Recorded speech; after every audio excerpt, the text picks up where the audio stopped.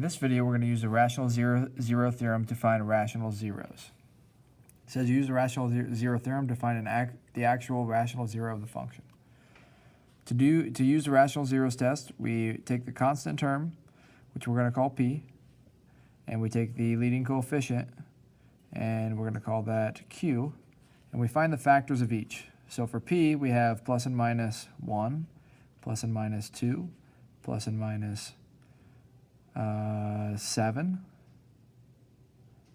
Yep. Plus and minus, I forgot 4. Plus and minus 4. So 3 doesn't work, 4 does. 5 and 6 both don't work for the factors of 28, but 7 does. And then I've got plus and minus 14 and plus and minus 28. And for q, I've got two factors, plus and minus 1 and plus and minus 2. And then we take p and we divide q, and we write out all those factors. So p divided by q, that gives us 1 divided by 1 would be 1. So basically we're going to get all of these factors that are in p. So 1 divided by 1, 2 divided by 1, 7 divided by 1, 4 divided by 1, 14 divided by 1, and 28 divided by 1. And then we're going to do the same thing with 1 divided by 2.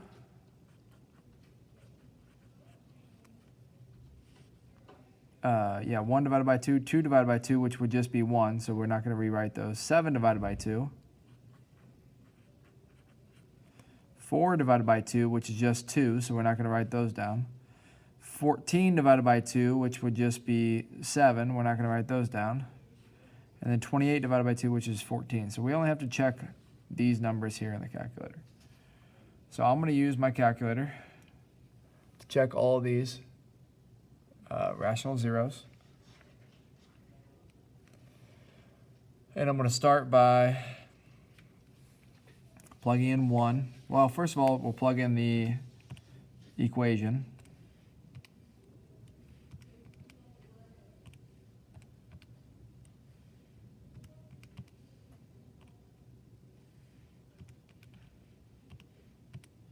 So we plug in the equation. I'll start with 1, and we'll plug in 1, store it as x, grab that function, doesn't work. Then I'll go to negative 1.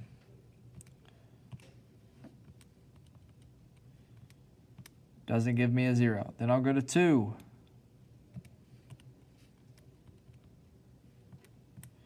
Not a 0. Negative 2.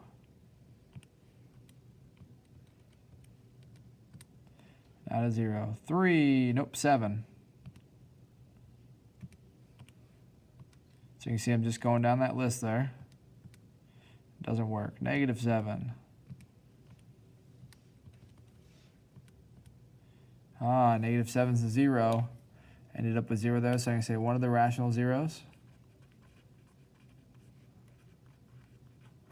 is negative 7. But I need to see if there's some more, so I'm going to start with 4. I'm going to keep going with 4. Then negative 4.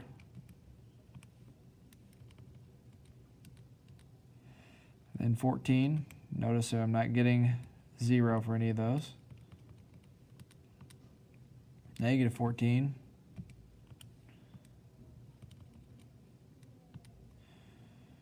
$28.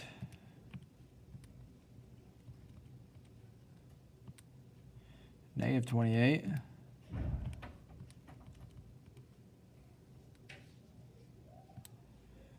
And then we're going to do 1/2.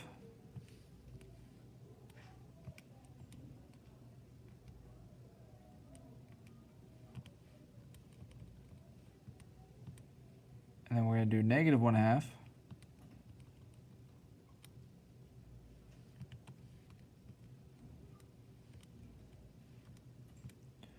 And then we're going to do 7/2. Well, we'll do negative 7/2 first. It'll be easier.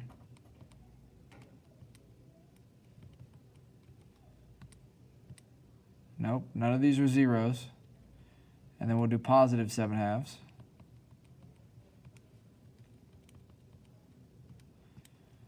So none of those were zeros, so we only have one rational zero for this cubic function.